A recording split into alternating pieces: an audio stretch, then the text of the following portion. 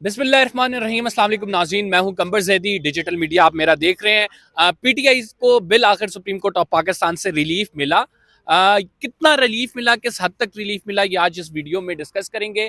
तकरीबन 3 रहनुमा पीटीआई के जो हैं उनकी दरखास्तें यहाँ पर आई हैं। एक पर फैसला भी हो चुका है। किस पर फैसला हुआ है? क्या सनम जावेद मरियम नवाज का मुकाबला कर सकेंगी? सनम जावेद ने सुप्रीम कोर्ट ऑफ पाकिस्तान से रुजू कर लिया है। क्या होने वाला है आने वाले दिनों में? ये मुकाबला बड़ा टफ होगा अगर सनम जावेद को इजाज़त मिल जाती है। क्या सुप्रीम कोर्ट ऐसा करेगी या नहीं? ये तमाम चीज़ें आज हम इस व्लॉग में डिस्कस करेंगे। मरियम नवाज हमारे साथ मौजूद हैं, जियो न्यूज़ की रिपोर्टर हैं। मरियम, सबसे पहले डिस्कस करेंगे कि बिल आखिर हम ये देख रहे हैं कि एक बड़े फैसले के बाद जिससे पीटीआई को बड़ा डेंट लगा, अब चीफ जस्टिस ऑफ पाकिस्तान ने इंडिविजुअल्स का जो केस है, जैसे सनाउल्लाह मस्ती खेल साहब का केस आया, जो कि भक्कर से पाकिस्तान तहरीक इंसाफ के रहनुमा है।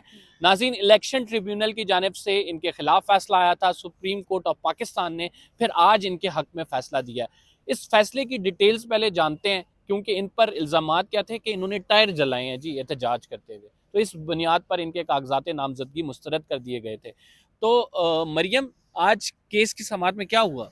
कमर पहले करेक्ट करती चलूँ, जो ये हैं सनाउल्लाह मसीखेल साहब, इनके आरओ ने पेपर्स मुस्तरद कर दिए थे इस बुनियाद पर कि उन पर दफ़ा 144 की खिलाफ वर्जी करने और टायर जलाने के मुकदमात थे, जिनमें कि वो ऑलरेडी बेल पर थे। लेकिन आरओ ने ये कहकर कि आपके ऊपर केसेस हैं, आप इश्तिहारी हैं, उनके पेपर्स मुस्तरद कर दिए। उसके बाद ट्रिब्यूनल ने उनको इजाज़त दे दी थी, ये फैक्ट्स देखते हुए कि उन्होंने तो सरेंडर कर दिया था और बेल हासिल कर ली थी सेशन कोर्ट से। उसके बाद जब वो high court Lahore high court Multan bench गए, तो Lahore high court Multan bench ने बगैर उनको नोटिस किए उनका जो केस था वो डिसमिस कर दिया और उनको रिलीफ नहीं दिया। और जो उनके मुखालिफ थे उनकी दरख्वास्त मंजूर कर ली। तो फिर ये अपनी दरख्वास्त, अपने पेपर्स रिजेक्ट होने के खिलाफ सुप्रीम कोर्ट में आए और सुप्रीम कोर्ट ने ट्रिब्यूनल का फैसला बरकरार रखा, जबकि हाई कोर्ट ने आरओ का फैसला बरकरार रखा था। सुप्रीम कोर्ट ने आरओ और जो हाई कोर्ट है उनका फैसला कलअदम करार दे दिया, इनको इंतखाबात लड़ने की इजाज़त दे दी है और साथ ही इलेक्शन कमीशन को ये हुक्म दिया है कि वो बैलेट पेपर्स के अंदर इनका नाम शामिल करें। अब ये जो आज केस था, इस केस के अंदर जो ये सनाउल्लाह मस्तीखेल साहब हैं, ये पीटीआई से इनका ताल्लुक है और क्योंकि पीटीआई के बल्ले का निशान अब जा चुका, तो उनके सारे जो उम्मीदवार हैं वो आज़ाद उम्मीदवार हैं और आज़ाद उम्मीदवार होने की सूरत में पता ही नहीं चलता कि यहाँ पर इंडिविजुअल्स के जो केसेस आ रहे हैं वो किसके आ रहे हैं। तो खैर, आज जब ये केस फिक्स हुआ समाअत के लिए, तो सुबह ये थोड़ा सा तासुर मिला कि शायद जो इलेक्शन कमीशन को नोटिस करके बुलाया गया है और ये पूछा गया है कि अगर आपके बैलेट पेपर छप गए हैं तो फिर बताएं कि अब आपके बैलेट पेपर छपने के बाद क्या ये हो सकता है कि किसी शख्स को अदालत रिलीफ दे तो आप उसका नाम शामिल करें। तो उससे थोड़ा सा नेगेटिव तासुर गया, ये लगा कि शायद अदालत वो नहीं फिर, चाहती रिलीफ हाँ, देना। अदालत रिलीफ देना नहीं चाहती या फिर से इलेक्शन कमीशन को, आपको पता है अभी तक नवंबर के बाद से अगर इलेक्शन कमीशन कोई 1 इंच रिलीफ माँगने भी आ रहा है ना, तो अदालत दिल खोल के उसको रिलीफ दे रही है। तो वही तासुर आज भी मिला कि शायद ये करने लगे। लेकिन जब इलेक्शन कमीशन ने बैलेट पेपर्स वाली बात अपनी रखने की कोशिश की कि देखिए हमारे बैलेट पेपर्स की छपाई तो हो चुकी है और वो प्रूफ रीड हो गए हैं, फाइनलाइज हो गए हैं, तो चीफ जस्टिस ने उनकी बात को बिल्कुल भी बाय नहीं किया। बल्कि सनाउल्लाह मस्तीखेल का क्योंकि केस जो था वो मजबूत था, उनके मुखालिफ उम्मीदवार ने भी ये तस्लीम किया कि उनको नोटिस नहीं दिया था हाई कोर्ट ने, बगैर नोटिस के उनको रिलीफ से जो है वो महरूम रखा। तो फिर अदालत ने इस बुनियाद के ऊपर, क्योंकि उनका केस स्ट्रॉन्ग था, वो बेल ले चुके थे और उनके ऊपर चीफ जस्टिस ने ये भी सवाल किया कि कोई बहुत हीनियस किस्म का क्राइम तो नहीं है, यानी उन्होंने कोई अगवा तो नहीं किया, कोई टेररिज्म की दफात तो उन पर नहीं लगी, या फिर उन्होंने कोई भैंस चोरी का मुकदमा तो उन पर नहीं है। आपको पता है माजी जी। में ये भी होता रहा है। तो चीफ जस्टिस ने उसका हवाला दिया, तो मुसरत हिलाली ने जवाबन ये कहा कि टायर जलाने का केस है इनके ऊपर और उस पर भी उनकी बेल हुई हुई है। तो फिर अदालत ने बिलाशुबा रिलीफ देना ही था। चीफ जस्टिस ने ये भी कहा है कि किसी शख्स को ज़बरदस्ती, मतलब इलेक्शन में हिस्सा ना लेने देना एक और बात है, इलेक्शन में हिस्सा हिस्सा लेते हुए वो अहल हो रहा है और आप उसको महरूम करें, ये एक दूसरी बात है। तो ये फ़र्क रखा नहीं जा सकता। चीफ जस्टिस ने अब तो ये बड़ी ज़बरदस्त ऑब्जर्वेशन दी है, लेकिन चीफ जस्टिस ने पूरी एक जमात को जो आज़ाद उम्मीदवार का इलेक्शन लड़ने पर मजबूर कर दिया है। तो एक तरफ तो चीफ जस्टिस ऑफ पाकिस्तान ये ऑब्जर्वेशन देते हैं कि किसी भी शख्स को महरूम नहीं रखा जा सकता, उसका बुनियादी हक है इलेक्शन लड़ना।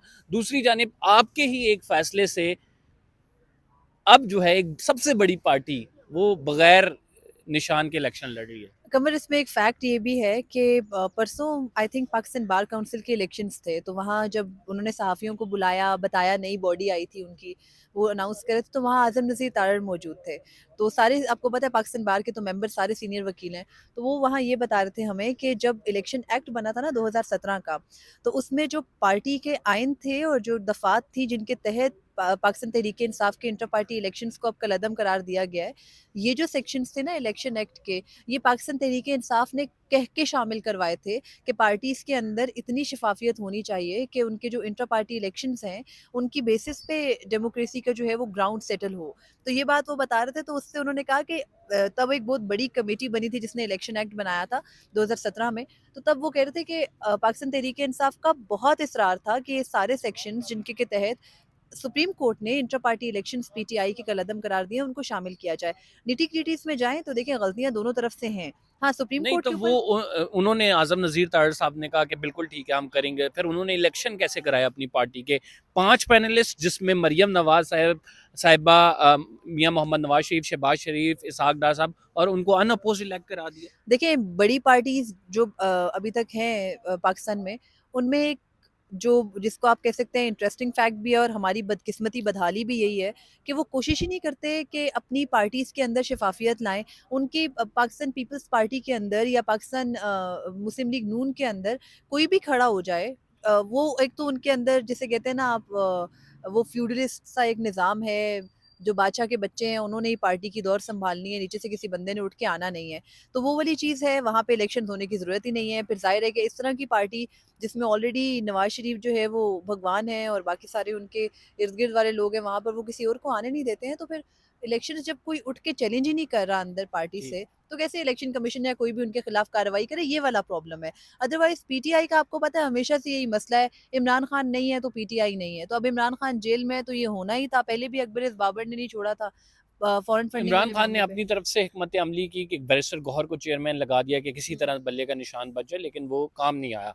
बहरहाल हम आगे बढ़ते हैं। सनम जावेद का मामला वेरी इंटरेस्टिंग हुँ। कंटेस्ट अगर ये होता है, क्योंकि एक ऐसी जो ग्रास रूट लेवल से उठी कारकुन बनी, कारकुन के बाद अब वो लीडर बन चुकी है। 3 हलकों से उसके हुँ। कागज़ात नामज़दगी पाकिस्तान तहरीक इंसाफ की जानिब से जा चुके हैं। एनए 119 में मुस्लिम लीग नून की जो टॉप कैंडिडेट हैं मरियम नवाज साहिबा, उनसे उनका मुकाबला है। हुँ। आप भी मरियम नवाज हैं, लेकिन वहाँ पे जो शरीफ। मरियम नवाज शरीफ जो लड़ रही हैं मुकदमा सॉरी इलेक्शन, क्या सुप्रीम कोर्ट ऑफ पाकिस्तान उनको इजाज़त देगी? आज उनकी दरख्वास्त आई है। आज दरख्वास्त में कहा गया है कि जो उनके पेपर्स एक्सेप्ट नहीं हुए वे उसके ख़िलाफ़ अपील मंजूर की जाए, उनको इलेक्शन लड़ने की इजाज़त दी जाए। 2-3 जो एतराज़ात हैं वो जेल के अंदर जो वो मौजूद थी उस दिन पे दस्तखत के हवाले से हैं, वो भी बता दें और फिर बता दें क्या इजाज़त मिलेगी या नहीं? देखिए इजाज़त तो नहीं मिलेगी। रीज़न ये है कि जो सनम जावेद हैं, उनके ऊपर आरओ ने जो उनकी पेपर्स की स्क्रूटनी की थी और ये कह के उनके नॉमिनेशंस रिजेक्ट कर दिए थे। वो इल्ज़ामात तो पहले ये हैं कि उनके बैंक अकाउंट की जो तफ़सील है वो वाज़ेह नहीं है। दूसरा इल्ज़ाम उनके ऊपर ये है कि जो सिग्नेचर्स हैं उनके नॉमिनेशन पेपर्स के ऊपर, वो उनके आईडी कार्ड के सिग्नेचर से मैच नहीं करते। और ये भी तीसरा इल्ज़ाम है कि सनम जावेद ने जिस दिन नॉमिनेशन पेपर्स जमा करवाए और दस्तखत किए, उस दिन वो जेल में थी और उनसे जेल में मिलने कोई शख्स नहीं गया कि जो उनसे जाके नॉमिनेशन पेपर्स लाया हो। तो तासुर ये दिया जा रहा है कि सनम जावेद ने खुद तो नॉमिनेशंस जमा करवाए नहीं बल्कि किसी और ने कराए। अब इसके अंदर एक इंटरेस्टिंग फैक्ट तो ये है जो कि शायद अदालत नहीं देखेगी क्योंकि उनको तो ज़रूरत ही नहीं है अपने केस से बाहर जाके देखने की कुछ। वो ये कि एक खातून है जो कि जेल में है, उसकी फैमिली, उसका हस्बैंड भी जेल में है और वो एक लंबे अरसे से जेल में है क्योंकि उसने 9 और 10 मई के वाक़यात में मुल्क की सलामती को बहुत सख्त नुकसान पहुँचा दिया था। तो वो बाहर नहीं आ सकती, बार-बार गिरफ्तार होती है बेल मिलने के बाद भी। तो इन सारे मामलात में तो अदालत नहीं जाएगी क्योंकि ये मामला तो अदालत के सामने होगा नहीं। हाँ। अदालत सिर्फ़ देखेगी आरओ का ऑर्डर और जब वो आरओ के ऑर्डर के फैक्ट्स देखेंगे तो वो कहेंगे देखें ना आरओ साहब ने तो बिल्कुल ठीक स्क्रूटनी की है। और वो ये भी नहीं देखेंगे कि बाकी सबकी स्क्रूटनी किस तरह हुई क्योंकि वो केस तो उनके सामने होगा तो नहीं। ये तो रियासत एक निहत्ती लड़की से क्यों खौफज़दा है? मतलब यानी उसका अगर मुकाबला किसी बड़ी खातून से हो रहा है और पाकिस्तान की तारीख में पहली दफ़ा ऐसा हुआ है कि कोई वर्कर आके किसी लीडर के मुकाबले में खड़ा हुआ है, तो उसको प्री पोल में ही आपने उसे शिकस्त देनी है? देखिए, रियासत एक निहत्ती लड़की से खौफ़ज़दा नहीं है। रियासत अपने उन बच्चों से नाराज़ है जो पहले उनके थे और अब उनको मसला ये है कि क्योंकि उन्होंने साइड चेंज कर ली है, वो उनकी आँखों में आँखें डाल के बात करने लगे हैं, तो वो उनको पसंद नहीं आ रहे। तो रियासत ने कुछ और बच्चे अडॉप्ट कर लिए हैं, तो उनके मुकाबले में वो किसी और को आने नहीं दे रहे। तो अब मसला ये है कि मरियम नवाज़ के अगेंस्ट तो किसी खातून को नहीं खड़ा होना चाहिए। कहीं वो जीत गई या मरियम नवाज़ के इलेक्शन खतरे में पड़ गए, तो फिर क्या होगा? पहली बार तो तारीख़ में वो इलेक्शंस लड़ रही हैं, तो क्या पहली बार ही वो ना जीतें? तो ये ये भी नाइंसाफी जो बड़ी देखें, ये नाइंसाफी रियासत ज्यादा उनके बनता है। साथ नहीं आप कर समझ सकते, रहे हैं ये ना इंसाफी मरियम नवाज के साथ नहीं होनी चाहिए। नहीं होनी चाहिए आप बिल्कुल। मरियम नवाज हैं, मैं इस वजह से अच्छा, खान अच्छा मरियम नवाज खान है, शरीफ नहीं है। अच्छा, जोक्स असाइड, ये जो मामला है नाज़रीन बड़ा सेंसिटिव है। सुप्रीम कोर्ट ऑफ पाकिस्तान ने डिसाइड करना है। अदालत मुझे पता है आरओज़ के फैक्ट्स को सामने रखेगी, उसके डिसीजन जो दिया होगा क्या वाकई जमा कराए गए हैं, निटी ग्रिटी इसमें पड़ेगी। इलेक्शन वाले मामले पर इन्होंने टेक्निकल फैसला दिया कि ये नहीं हुआ इंट्रा पार्टी, लेकिन अदालत को एक होलिस्टिक पिक्चर भी सामने रखनी चाहिए। 9 मई के बाद से एक खातून को बार बार गिरफ्तार किया जा रहा है, बाकी सब छूट गए हैं क्योंकि उन्होंने पार्टी चेंज कर लिया। ये बेचारे कारकुनान थे, ये पार्टी चेंज नहीं कर सके, तो इस वजह से ये गिरफ्तार हैं। फिर अगर ये इनका राइट है, बहुत सारे लोग जो हैं अभी भी इलेक्शन कंटेस्ट कर रहे हैं जेल के अंदर, महमूद रशीद हैं, यास्मीन राशिद हैं, लेकिन अगर एक लड़की से सिर्फ इस वजह से कि वो मरियम नवाज़ के मुकाबले में उसके नॉमिनेशन पेपर जो हैं वो रिजेक्ट हो जाते हैं, मेरे ख्याल से बड़ा अनफॉर्चुनेट होगा। Chief justice must think about the whole picture when he is deciding this particular case. फ़िलहाल के लिए इतना ही। मरियम नवाज़ खान, बहुत बहुत शुक्रिया आपका। इंशाल्लाह अगले व्लॉग में मुलाकात होती है। कंबर ज़ैदी को इजाज़त दीजिए, चैनल सब्सक्राइब करना ना भूलिए। अल्लाह हाफ़िज़।